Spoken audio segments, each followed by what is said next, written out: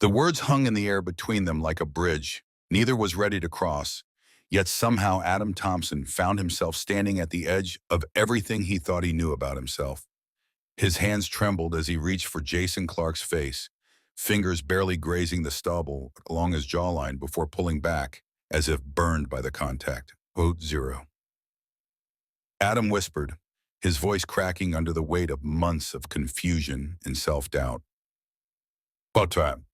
Jason's eyes searched Adam's face in the dim light of the apartment they'd been sharing for the past 6 months, looking for something neither of them had been brave enough to name until this moment. The confession had spilled out of Adam like water through a broken dam, years of carefully constructed walls crumbling in the space of a single evening. Jason said softly, his own voice barely above a whisper. You're the only one who's ever made me feel like I could be completely myself. Do you understand what that means? The question hung between them, loaded with implications that would change everything they thought they knew about friendship, about themselves, about the careful distance they'd maintained despite living in the same space, sharing the same air, existing in each other's orbits like planets afraid to acknowledge their gravitational pull. Before we see how this ends, tell us where you're watching from and hype this video in the comments, because this story is about to take you on an emotional journey you won't forget. But to understand how they arrived at this moment, standing in their shared living room at 2 in the morning, with the weight of unspoken feelings finally given voice, we need to go back to the beginning, to the day Adam Thompson first realized that everything he thought he knew about himself might be wrong. It had started 3 months earlier, on a Tuesday that felt like any other Tuesday, except for the way the morning light seemed different somehow, casting shadows in places Adam had never noticed before. He'd been sitting at the kitchen table nursing his second cup of coffee and scrolling through his phone when Jason Clark emerged from his bedroom, hair disheveled from sleep, wearing nothing but a pair of gray sweatpants that hung low on his hips. Quote 4. Jason mumbled, his voice rough with sleep as he padded barefoot across the cold tile floor toward the coffee maker. Adam had looked up from his phone, ready to return the greeting with his usual casual wave, but something about the sight of Jason in the morning light stopped the words in his throat. It wasn't the first time he'd seen his roommate shirtless, wasn't even the first time he'd noticed the way Jason's shoulders moved when he reached for things on high shelves. But this time something was different. This time Adam found himself staring. The realization hit him like a physical blow, a sudden understanding that the feeling in his chest wasn't just appreciation for Jason's dedication to his morning workout routine. It was something else entirely. Something that made his mouth go dry and his heart race in a way that felt both terrifying and inevitable. You okay? Jason had asked, turning around with a steaming mug in his hands, concern creeping into his voice as he noticed Adam's expression. Gutacod 6.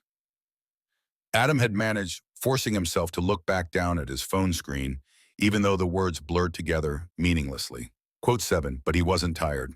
He was wide awake, more awake than he'd felt in months, possibly years. He was awake and aware, and completely unprepared for what this new awareness meant for everything he thought he understood about himself. The weeks that followed were a study in careful avoidance and hyper-awareness. Adam found himself cataloging moments, storing away the sound of Jason's laugh when he found something genuinely funny, the way he ran his hands through his hair when he was concentrating on work, the gentle way he spoke to his sister when she called upset about her latest relationship drama. Adam had always prided himself on being a good friend, someone who listened without judgment and offered support when needed.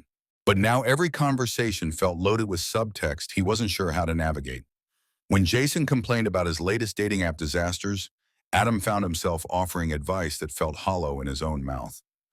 Quote 8, Adam had suggested one evening as they sat on opposite ends of their couch, a documentary playing unwatched on the television screen. Quote 9, Jason had looked at him with an expression Adam couldn't quite read, something between curiosity and recognition. What do you mean? I don't know, Adam had admitted, because he didn't. He was fumbling in the dark, trying to understand feelings he'd never experienced before, trying to make sense of the way his world had tilted on its axis without warning. Sometimes I think we get so caught up in what we think we're supposed to want that we miss what's actually right in front of us. The conversation had ended there, but Adam could feel something shifting between them. A subtle change in the way Jason looked at him, the way their casual touches lingered just a fraction longer than they used to. It was Jason who brought it up first, the thing neither of them had been willing to name. They'd been cooking dinner together, moving around each other in their small kitchen, with the practiced ease of people who'd learned each other's rhythms, when Jason suddenly stopped stirring the pasta sauce and turned to face Adam directly. Quote, Jason said, his voice careful in a way that immediately put Adam on edge. Quote, trying this, Adam replied, though his stomach clenched with anticipation. Quote 15. The question hung in the air between them like smoke, impossible to ignore and equally impossible to take back. Adam felt his breath catch in his throat, felt the wooden spoon he'd been holding slip from suddenly nerveless fingers to clatter against the counter. Adam started, then stopped, because how could he explain that he'd been thinking about exactly that for weeks, that the question had been keeping him awake at night, that he'd been imagining what it would feel like to kiss Jason specifically, with an intensity that scared him. Sorry, Jason said quickly, turning back to the stove with movements that were just a little too sharp, a little too deliberate. That was weird. Forget I said anything. But Adam couldn't forget. The question followed him through dinner, through their usual evening routine of cleaning up and settling in to watch something on Netflix, through the careful way they said goodnight and retreated to their separate bedrooms. It followed him into his dreams and was waiting for him when he woke up the next morning. He started paying attention to things he'd never noticed before. The way Jason's eyes would linger on him sometimes when he thought Adam wasn't looking. The way conversations between them had started to feel charged with something neither of them was ready to acknowledge. He noticed the way Jason had stopped talking about dating apps, the way he seemed more content to spend evenings at home with Adam rather than going out with other friends. The shift was gradual but unmistakable, like watching the seasons change. Small moments began to accumulate between them, loaded with meaning neither of them was quite ready to voice. Jason would brush his fingers against Adam's when passing him something, and the contact would linger just long enough to feel intentional. Adam would catch Jason watching him with an expression he couldn't quite decipher, something soft and wondering that made his heart race. It was during one of these charged silences, on a Thursday evening when rain was drumming against their windows, and they were sharing a bottle of wine while pretending to pay attention to some mindless comedy special, that Jason finally broke. I've been thinking about what you said, Jason said suddenly, his voice cutting through the background noise of the television. About looking in the wrong places.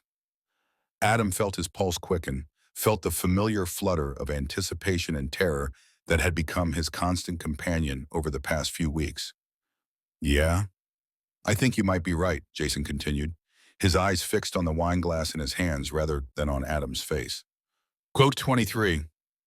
The words settled between them with the weight of confession, and Adam found himself leaning forward slightly, drawn by the vulnerability in Jason's voice.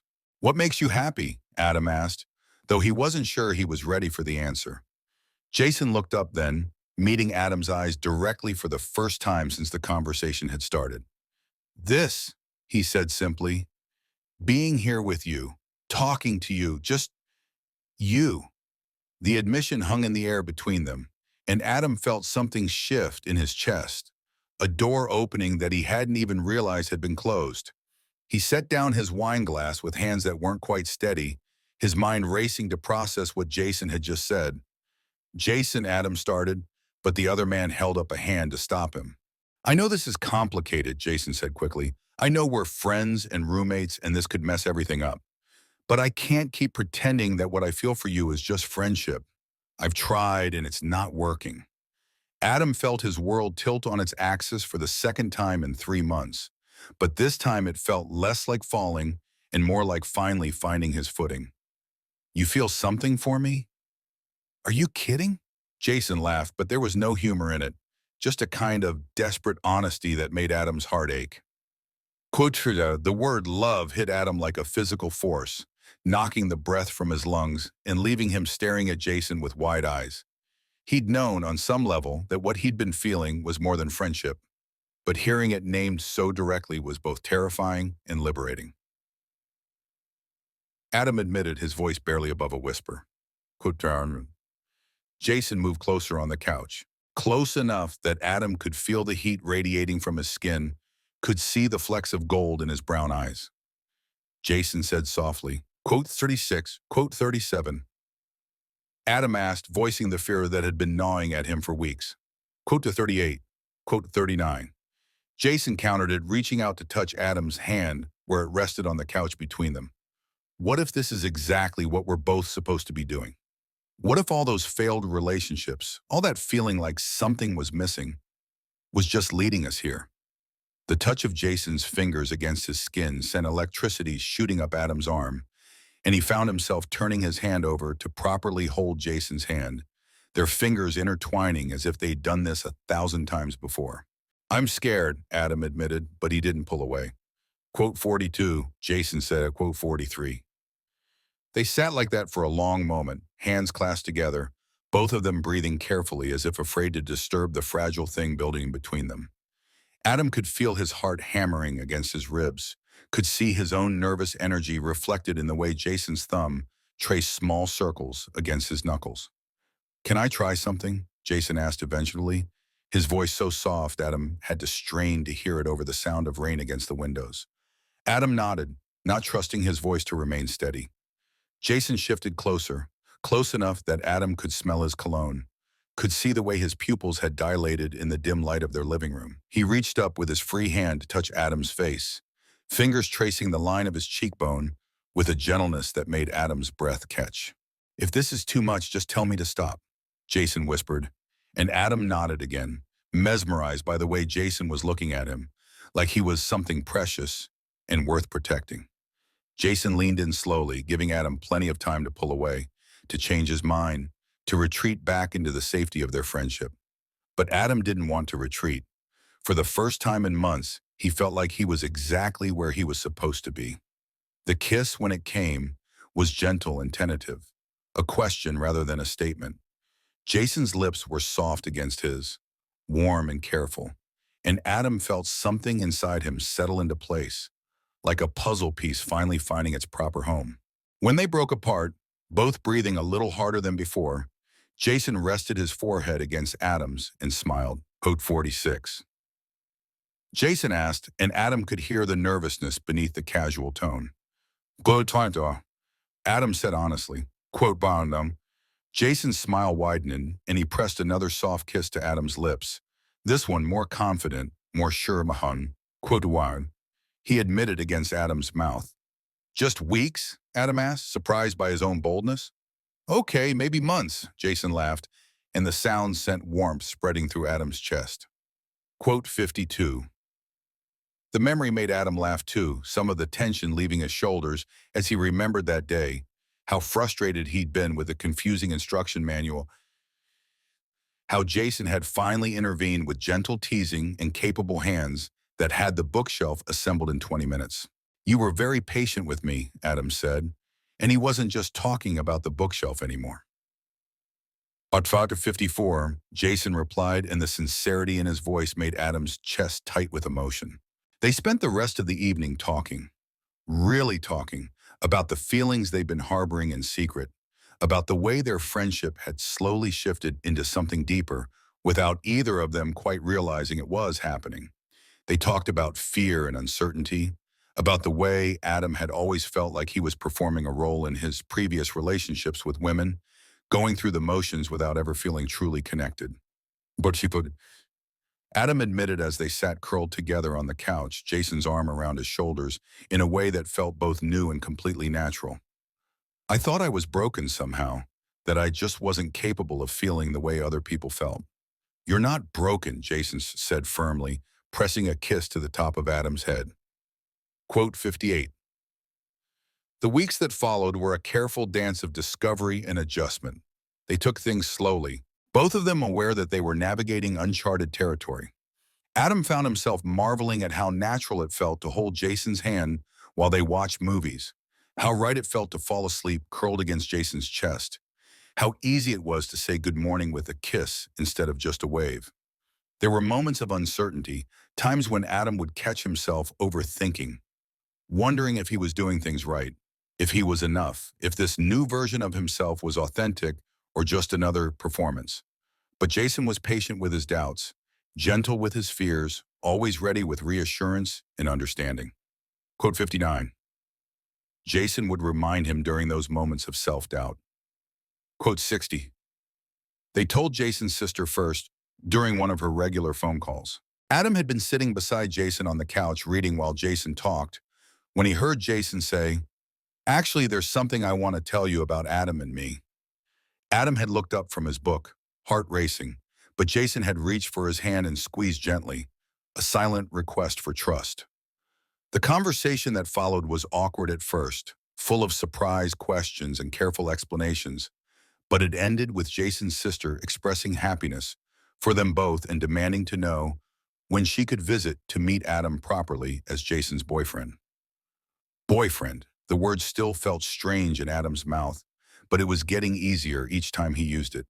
They told Adam's parents next, during a video call that Adam had been dreading for days. His mother had cried, not from disappointment, but from relief, telling him that she'd been worried about him for years, that she'd sensed something was missing from his previous relationships. "I just want you to be happy," she'd said, wiping tears from her eyes. Quote 63. His father had been quieter, more reserved, but he'd shaken Jason's hand through the screen and told them both that they were welcome home anytime. The coming out process was easier than Adam had expected, partly because most of their friends had already suspected something was developing between them. Edward Edwards, their mutual friend from college, had laughed when they told him, claiming he'd been waiting for them to figure it out for months. "You two have been looking at each other like lovesick puppies since Adam moved in," Edward had said over drinks one evening. "I was starting to think I was going to have to lock you in a room together until you worked it out." The adjustment wasn't without its challenges. There were moments when Adam felt overwhelmed by the intensity of his feelings, times when he worried that he was in too deep too fast. There were practical considerations too, questions about their living arrangement, about what would happen if things didn't work out, about how to navigate being roommates and boyfriends simultaneously. But for every moment of uncertainty, there were dozens of moments of pure happiness. The way Jason would make him coffee in the morning exactly the way he liked it. The way they developed a routine of cooking dinner together, moving around each other in their small kitchen with an ease that spoke of deep familiarity and growing intimacy. The way Jason would read to him sometimes in the evenings, his voice soft and soothing as Adam dozed against his shoulder. It was during one of these quiet evening moments, about 2 months after their first kiss, that Adam realized he was completely, irrevocably in love. They were lying in Jason's bed, which had gradually become their bed, Adam's head on Jason's chest, listening to the steady rhythm of his heartbeat while Jason traced lazy patterns on his back. "I love you," Adam said into the darkness, the words slipping out before he could second-guess himself. Jason's hand stilled on his back for a moment, and Adam felt a flutter of panic, wondering if it was too soon, if he'd moved too fast. But then Jason's arms tightened around him, and he felt Jason press a kiss to the top of his head. Jason whispered back. The confession settled between them like a blessing, and Adam felt something in his chest expand with warmth and certainty. This was right. This was real. This was exactly where he was supposed to be. They made love for the first time that night, a slow and careful exploration that left them both breathless and amazed. Adam had been nervous, uncertain about his inexperience, but Jason was patient and gentle, guiding him through the unfamiliar territory with hands that shook slightly with their own nervous energy. Afterward, as they lay tangled together in the aftermath, Adam felt a sense of completeness he'd never experienced before. This was what had been missing from all his previous relationships. This sense of perfect fit, of two pieces of a puzzle finally clicking into place. "Are you okay?" Jason asked softly, his fingers combing through Adam's hair. Quote 70. Adam replied, pressing a kiss to Jason's collarbone. "I feel like myself for the first time in my life." The months that followed were a period of settling into their new reality. They developed routines and rituals, inside jokes and shared references. They had their first fight, a ridiculous argument about whose turn it was to do the dishes that escalated into something bigger, before they both realized they were really arguing about fear and insecurity rather than household chores. They made up with tears and apologies and promises to communicate better, and Adam found that even their fight had brought them closer together. They met each other's extended families, navigated holidays and birthdays as a couple, learned how to be together in public spaces where not everyone was accepting. Adam discovered that he was braver than he'd thought, more willing to stand up for their relationship when faced with ignorance or hostility. Jason learned that Adam's quiet strength was exactly what he needed when the world felt overwhelming. They talked about the future sometimes, carefully and hypothetically at first, then with growing confidence as their relationship solidified. They talked about moving to a bigger apartment, about traveling together, about the possibility of marriage someday when they were ready for that step. Quote out to 72. Adam admitted one evening as they walked home from dinner with friends. Quote 73. Quote 70. Jason asked, swinging their joined hands between them. Quote 70. Adam said. Quote 76. Jason stopped walking and turned to face him, right there on the busy sidewalk with people flowing around them like water around stones. Quote 7. Jason said, his voice serious but his eyes bright with happiness. Quote Arnon. Quote went on. Adam warned, but he was smiling. Quote to 80. Jason replied and kissed him right there under the streetlights, neither of them caring about the people walking past or the cars honking in the distance. It was 6 months after that first kiss, on an evening when autumn was just beginning to paint the leaves outside their windows, that Adam found himself thinking about how much had changed since that Tuesday morning when he'd first realized he was staring at Jason in their kitchen. They were cooking dinner together again, the same routine they'd had for months, but everything was different now. The casual touches were no longer carefully calculated. The conversation flowed without the undercurrent of unspoken tension.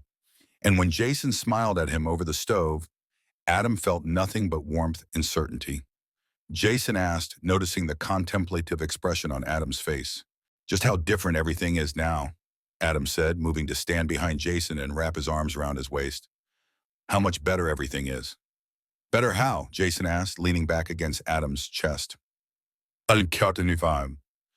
Adam explained, resting his chin on Jason's shoulder.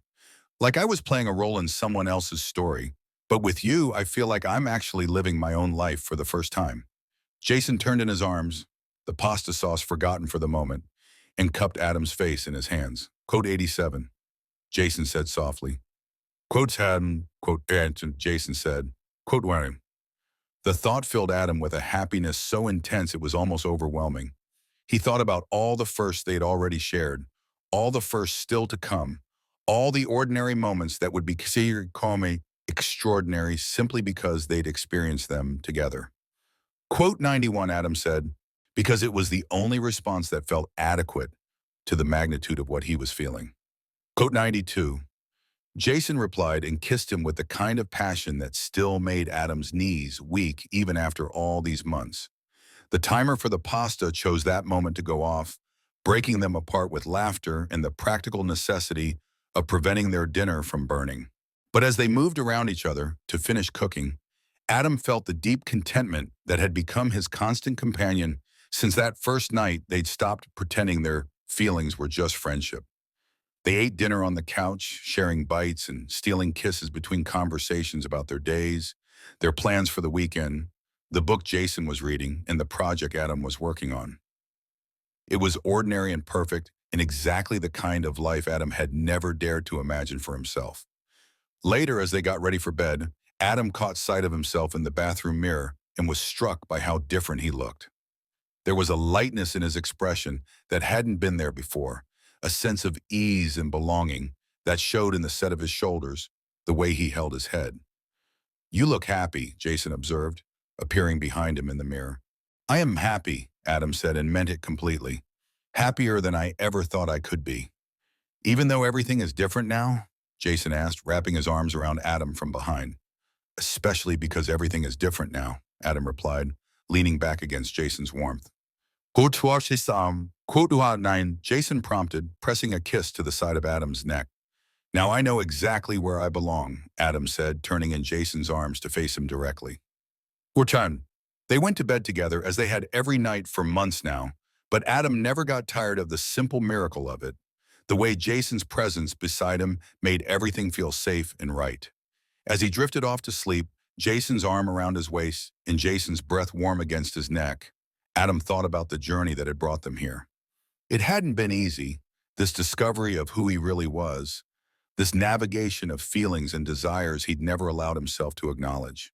There had been moments of fear and uncertainty, times when he'd wondered if he was making a mistake, if he was changing too much too fast. But lying there in the darkness, surrounded by the evidence of the life they'd built together, Adam knew with absolute certainty that every moment of confusion and fear had been worth it. He'd found himself in the process of finding Jason, had discovered not just love, but a version of himself he'd never known existed. The man who'd spent years going through the motions of relationships that never quite fit, who'd felt like an actor playing a role he'd never auditioned for, was gone. In his place was someone who knew exactly what he wanted, who he loved, where he belonged. The next morning brought the kind of lazy Saturday that had become Adam's favorite thing about their life together. They slept late, woke up slowly, made coffee and breakfast while still in their pajamas. Jason read the news on his tablet while Adam worked on a crossword puzzle, both of them content to exist in comfortable silence, punctuated by occasional observations or requests for help with particularly difficult clues. 7 letters for finding yourself, Adam said, tapping his pen against the newspaper. Discovery, Jason suggested without looking up from his tablet. Adam counted the letters and grinned. Perfect fit. The phrase seemed to hang in the air between them, loaded with meaning neither of them needed to voice. Discovery. It was exactly what the past 6 months had been, a process of uncovering truths about himself that Adam had never suspected existed. What do you want to do today? Jason asked, setting aside his tablet and moving to sit beside Adam on the couch. This, Adam said immediately. Exactly this. Nothing and everything. Jason laughed and kissed his temple. You're easy to please. I'm happy, Adam corrected. There's a difference. They spent the morning reading together, Jason working through a novel he'd been meaning to finish, while Adam alternated between his crossword and a book of poetry Jason had recommended. The autumn sunlight streamed through their windows, painting everything in warm golden tones that made their small apartment feel like the most beautiful place in the world. Around noon, Jason's sister called with news that she'd be visiting the following weekend, her first trip to see them since they'd officially become a couple. Adam felt a flutter of nervousness at the prospect, not because he doubted Jason's family's acceptance, but because it represented another step forward, another way their relationship was becoming real and permanent in the eyes of the world. She likes you, Jason assured him after ending the call. She's been asking about you constantly since we told her. I think she's more excited to see you than she is to see me. I want her to like me, Adam admitted. I want your family to see that I'm good for you. They already know you're good for me, Jason said, pulling Adam closer on the couch. I've never been happier, and it shows. My mom told me last week that I sound different when I talk about you, lighter somehow. The observation made Adam's chest warm with pride and affection. He'd noticed changes in Jason, too, a kind of settled contentment that seemed to radiate from him, a confidence in his own skin that hadn't been there before. Ode 117, Adam said, and it wasn't a question. We are, Jason agreed. We balance each other out. You make me calmer, more thoughtful. I make you more adventurous, more willing to take risks. It was true. Adam had noticed himself becoming braver over the past few months, more willing to speak up in social situations, more confident in expressing his opinions and desires. Jason's love had given him a foundation of security that made it easier to be vulnerable, to be authentically himself even when it felt scary. They spent the afternoon walking through their neighborhood, holding hands and window shopping, stopping for coffee at the little cafe where they had had their first official date. The barista recognized them now, always greeting them with a smile and asking about their weekend plans. It was a small thing, but it made Adam feel like they belonged somewhere, like they were part of a community that accepted and welcomed them. Do you ever miss it? Jason asked as they sat at their usual table by the window, watching people pass by on the sidewalk outside. Miss what? Adam asked, though he suspected he knew what Jason meant. The simplicity of before, Jason clarified, when you thought you knew exactly who you were and what you wanted. Adam considered the question seriously, thinking about the person he'd been 6 months ago, The man who'd gone through the motions of dating women he didn't really connect with, who'd felt like he was constantly performing a role that didn't quite fit. He said finally, quote one Anna, quote once, Jason pressed. Quote once, quote one ain't. Adam said firmly. Quote one ain't. Jason reached across the table to take his hand, threading their fingers together in a gesture that had become as natural as breathing. Quote Verdi, Jason said. Quote wording. Quote where do you saw him? Adam asked, a flutter of old anxiety rising in his chest. Quote Verdon, Jason said quickly. Quote 134 numbers. The admission surprised Adam, partly because Jason had never expressed this particular doubt before, and partly because it seemed so fundamentally wrong to him. He squeezed Jason's hand tighter, leaning forward across the small table. Jason, he said seriously, you didn't turn my world upside down. You helped me turn it right side up. Everything that came before, all those years of feeling disconnected and confused, that was my world being upside down. You helped me find my footing. But you had to give up so much, Jason protested. Your idea of what your future would look like, your assumptions about yourself, the easy path of just fitting into what everyone expected. I didn't give anything up, Adam said with conviction. I gained everything. I gained myself. I gained a love that actually makes sense to me. I gained a future that I'm excited about instead of just resigned to. Jason's expression softened, some of the worry leaving his eyes. You talked to the quote 42. Adam confirmed. Quote Umuders. Quote Wolforin, Jason suggested. Quote Wolfima. Adam considered this, thinking about the timing of everything, the way their friendship had developed slowly over months before shifting into something deeper. If he'd met Jason years earlier, would he have been open to these feelings? Would he have been mature enough to handle the complexity of discovering a new aspect of his sexuality while navigating a relationship with someone who mattered so much to him? Maybe you're right, Adam said. Maybe I needed to be exactly who I was when I met you, and you needed to be exactly who you were, for this to work the way it has. Meant to be? Jason asked with a slight smile. I don't know about meant to be, Adam replied thoughtfully, but right for each other, definitely. Right for each other at exactly the right time. They finished their coffee and walked home as the sun began to set, painting the sky in shades of orange and pink that reflected off the windows of the buildings around them. Adam felt the deep contentment that had become his default state, the sense of being exactly where he belonged with exactly the right person. That evening, they cooked dinner together again, the routine that had become the cornerstone of their domestic life. Adam found himself thinking about all the meals they'd shared, all the conversations that had happened over chopping vegetables and stirring sauces, all the ways they'd learned each other's preferences and rhythms. Quote 151 Han, Jason said as they sat down to eat. Quote 152, quote 153. Adam asked, trying to remember the details of that phone conversation from months ago. Quote 1, Jason said. Quote 1. The observation made Adam smile, partly because it matched his own experience of slowly realizing his feelings, and partly because it suggested that what they had was visible to others, recognizable as something real and significant. Quote 156.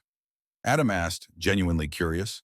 Jason considered the question, twirling pasta around his fork while he thought. Quote 157 ma, he said finally. Quote 158. Quote 159. Adam asked. Quote 160 going, Jason said with a laugh. Quote 161 Mamon. Adam reached across the table to touch Jason's hand, marveling at how different this conversation felt from the careful, loaded discussions they'd had 6 months ago when they were both still afraid to name what was happening between them. Quote 162, Adam said. Quote 163, quote Byron, Jason asked. Quote 165, Adam said simply. Quote Wakshun. They finished dinner and settled on the couch to watch a movie, Adam curled against Jason's side in the position that had become their default. Halfway through the film, Adam realized he wasn't really paying attention to the plot. Instead, he was thinking about the conversation they'd had at the coffee shop, about Jason's worry that he'd disrupted Adam's life. Quote 167. Adam said during a quiet moment in the movie. Quote Wishay. Jason replied, pausing the film and turning to give Adam his full attention. Quote 169. Adam said. Quote 170. Jason's arm tightened around him, a silent encouragement to continue. But with you, everything feels vivid and immediate and important, Adam continued. Even mundane things like grocery shopping or doing laundry feel significant because we're doing them together, because they're part of building something real. I feel the same way, Jason said softly, like I was just marking time before, waiting for my real life to start. So when you worry about disrupting my world, Adam said, looking up at Jason directly, I need you to understand that you didn't disrupt anything. You woke me up. You helped me start actually living instead of just existing. Jason's response was to kiss him, soft and lingering and full of the kind of emotion that didn't need words. When they broke apart, both of them were smiling. The weight of unspoken worries finally lifted. They finished the movie in comfortable silence, both of them more focused on the simple pleasure of being together than on the plot unfolding on screen. As the credits rolled, Adam found himself thinking about the future, about all the ordinary evenings like this one that stretched ahead of them, all the conversations and meals and quiet moments they'd share. Quote 177, Jason asked, noticing the contemplative expression on Adam's face. The future, Adam said honestly. Our future. How lucky I feel to know that I get to spend it with you. What do you see when you think about our future? Jason asked, settling more comfortably against the couch cushions and pulling Adam closer. Adam considered the question, letting his mind wander through the possibilities that lay ahead of them. I see us in a bigger apartment, maybe with a proper dining room where we can host dinner parties for our friends.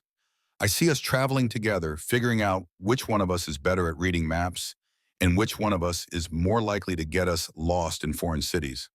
I see us adopting a dog, maybe two dogs, and arguing about what to name them. Jason laughed at the image. What else? I see us getting older together, Adam continued, his voice growing softer as the images became more vivid in his mind. I see you going gray at the temples and me teasing you about it. I see us learning how to be together through all the different phases of life, supporting each other through career changes and family stuff and whatever challenges come up. That sounds perfect, Jason said, pressing a kiss to the top of Adam's head. Adam asked, curious about Jason's vision of their shared future. I see us becoming one of those couples that everyone looks up to, Jason said after a moment of thought. The ones who still hold hands after 20 years, who still laugh at each other's who figured out how to love each other better with time instead of taking each other for granted. The image made Adam's chest tight with emotion and anticipation. He'd never thought about love as something that could improve with time, had always assumed that the best you could hope for was to maintain the initial spark for as long as possible before it inevitably faded. Do you think we can do that? Adam asked. Be one of those couples? I think we're already on our way, Jason replied. I think we've got something special, something worth protecting and nurturing. I think if we keep being honest with each other, keep choosing each other every day, we can build something that lasts. The conversation continued as they got ready for bed, both of them sharing hopes and dreams they'd never voiced before, making plans both practical and fantastical. By the time they settled into bed together, Adam felt like they'd laid the foundation for something even stronger than what they already had. As he drifted off to sleep, Adam thought about the man he'd been 6 months ago, sitting at their kitchen table and staring at Jason without understanding what he was feeling. That man had been so lost, so disconnected from his own desires and needs, so resigned to a life that felt hollow and performative. The transformation hadn't happened overnight. It had been a gradual process of discovery and acceptance, of learning to trust his own feelings and instincts, of finding the courage to be vulnerable with another person in ways he'd never imagined possible. But lying there in the darkness, Jason's arm around his waist and Jason's steady breathing in his ear, Adam felt nothing but gratitude for the journey that had brought them here. Every moment of confusion and fear had been worth it for this, for the deep sense of rightness that filled him when he thought about their life together. He'd found himself in the process of finding love, had discovered not just who he was, but who he could become with the right person beside him. The future stretched ahead of them, full of possibilities and adventures and quiet moments of contentment, and Adam couldn't wait to experience all of it with Jason. The last thing he thought before sleep claimed him was how grateful he was that Jason had been patient enough to wait for him to figure things out, brave enough to risk their friendship by admitting his feelings, loving enough to help Adam navigate the complex process of discovering a new aspect of himself. Tomorrow would bring new conversations and discoveries, new moments of connection and understanding, new opportunities to build on what they'd created together. But tonight, Adam was content to simply exist in the space they'd carved out for themselves, surrounded by the evidence of a love that had transformed both of their lives in ways neither of them had expected. The next few weeks passed in a blur of ordinary happiness, punctuated by moments of profound gratitude. Jason's sister visited as planned, and Adam found himself embracing the role of boyfriend with an ease that surprised him. She was warm and funny, and clearly delighted by how happy Jason was. And by the end of the weekend, Adam felt like he'd gained not just acceptance, but genuine affection from someone important in Jason's life. "She loves you," Jason told him, after driving his sister to the airport. "She told me, you're exactly what I needed, someone who balances out my tendency to overthink everything." "I like her too," Adam replied. "I like how she sees us together, like we make perfect sense." It was true. Adam had been struck by how natural it felt to be part of a couple in front of Jason's sister, how easily they'd fallen into the rhythms of hosting together, how seamlessly she'd accepted their relationship as simply another fact of Jason's life. The acceptance extended to other areas of their lives as well. Adam's coworkers had been universally supportive when he'd finally worked up the courage to mention Jason, and several of them had expressed interest in meeting him. They'd started attending social events together, dinner parties and game nights, where Adam gradually became more comfortable with casual displays of affection, with introducing Jason as his boyfriend, with existing openly as part of a couple. Quote 197. Jason observed one evening after they'd returned home from a party where Adam had been more relaxed and open than usual. "I love watching you become more confident in who you are." "I feel braver," Adam admitted, "like I've finally found my footing. It's easier to be confident when you're not constantly questioning whether you're being authentic." The observation was particularly relevant as they approached the one-year anniversary of Adam moving in as Jason's roommate. Looking back, Adam could see how much had changed in those 12 months, how dramatically his understanding of himself had evolved. Quote 201, Jason asked as the date approached. Quote 20. Quote Shantaran, Adam asked, intrigued by the idea of celebrating the beginning of their friendship alongside the development of their romance. Katapuida 204, Jason suggested. Quote 205. The memory made Adam smile. That conversation had been the beginning of everything. The first time he'd felt truly seen and understood by another person, the foundation upon which their entire relationship had been built. "I'd love that," Adam said. "It feels right to acknowledge how it all started." They made reservations for the following weekend, and Adam found himself looking forward to the evening with an anticipation that reminded him of their early days together, when every shared meal felt loaded with possibility and discovery. The dinner was perfect, full of laughter and reminiscence and quiet moments of appreciation for how far they'd come. They talked about that first night, about the immediate connection they'd felt, about how neither of them had fully understood what was developing between them. "I knew there was something special about you from that first conversation," Jason said over dessert. "I just didn't know what it was yet." "I knew I felt more comfortable with you than I'd ever felt with anyone," Ian, Adam replied. "I thought it was just friendship, but looking back, I think I was already falling for you without realizing it." "When did you realize it?" Jason asked. "The exact moment when you knew it was more than friendship?" Adam thought back to that Tuesday morning in their kitchen, the moment when everything had shifted and he'd found himself staring at Jason with a new kind of awareness. Quote, "Taught fortune," Adam said, smiling at the memory. Quote, "Tuadon," quote, "Torsis," Jason repeated with a grin. Quote, "Torsan," did quote, Abron, Adam asked. Quote, "Didarsam," quote, "Tuanos," Jason admitted. Quote, "Tuanan," quote, "Tuan," Adam teased. Quote, "Tuhan," Jason corrected. Quote, "Tuan," quote, "Twedivson," Adam said, reaching across the table to take Jason's hand.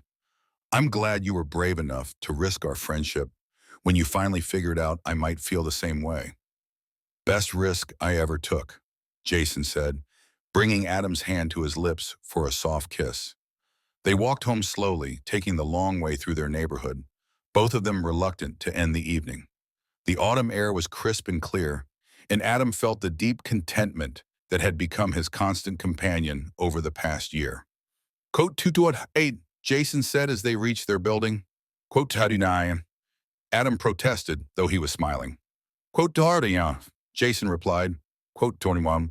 The gift was waiting on their coffee table when they got upstairs, a small wrapped box that made Adam's heart race with anticipation and nervousness. Jason, Adam said carefully. What is this? Open it and see, Jason said. But there was something in his voice, a mixture of excitement and anxiety that made Adam's hands shake slightly as he unwrapped the box.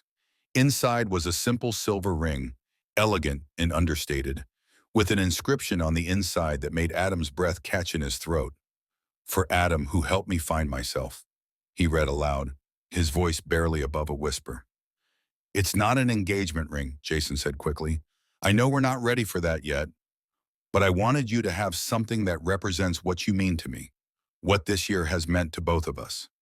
Adam slipped the ring onto his right hand, marveling at how perfectly it fit, how right it felt to have this tangible symbol of what they'd built together. Kotanshio, Adam said, his voice thick with emotion. Kotanana, Kotuporn. Jason replied and kissed him with the kind of passion that still made Adam's knees weak after all these months. Later, as they lay in bed together, Adam turned the ring around his finger and thought about everything it represented. The journey from confusion to clarity, from loneliness to love, from feeling like he was watching his life happen to someone else, to being fully present in his own story. Thank you, Adam said into the darkness. For the ring? Jason asked. For everything, Adam clarified. For being patient with me while I figured things out. For being brave enough to tell me how you felt. For helping me discover who I really am. You don't need to thank me for any of that, Jason said, his arm tightening around Adam's waist. Quote 246, quote 247. Adam said and meant it completely. As sleep began to claim him, Adam thought about the future that stretched ahead of them, full of possibilities he'd never imagined for himself a year ago. There would be challenges, he knew, moments of doubt and difficulty that would test what they'd built together. But he also knew they had something strong enough to weather whatever came their way, something worth fighting for and protecting. The man who'd sat at their kitchen table 12 months ago, staring at his roommate and not understanding the feelings stirring in his chest, was gone. In his place was someone who knew exactly what he wanted, who he loved, where he belonged. Someone who'd found himself in the process of finding love, who discovered that the most frightening changes could lead to the most beautiful discoveries. Adam Thompson had spent years feeling like he was living someone else's life, going through the motions of relationships and experiences that never quite fit. But lying there in the darkness, Jason's ring on his finger and Jason's love surrounding him like a promise, he knew he was finally, completely, authentically himself. And that self was exactly where he was supposed to be.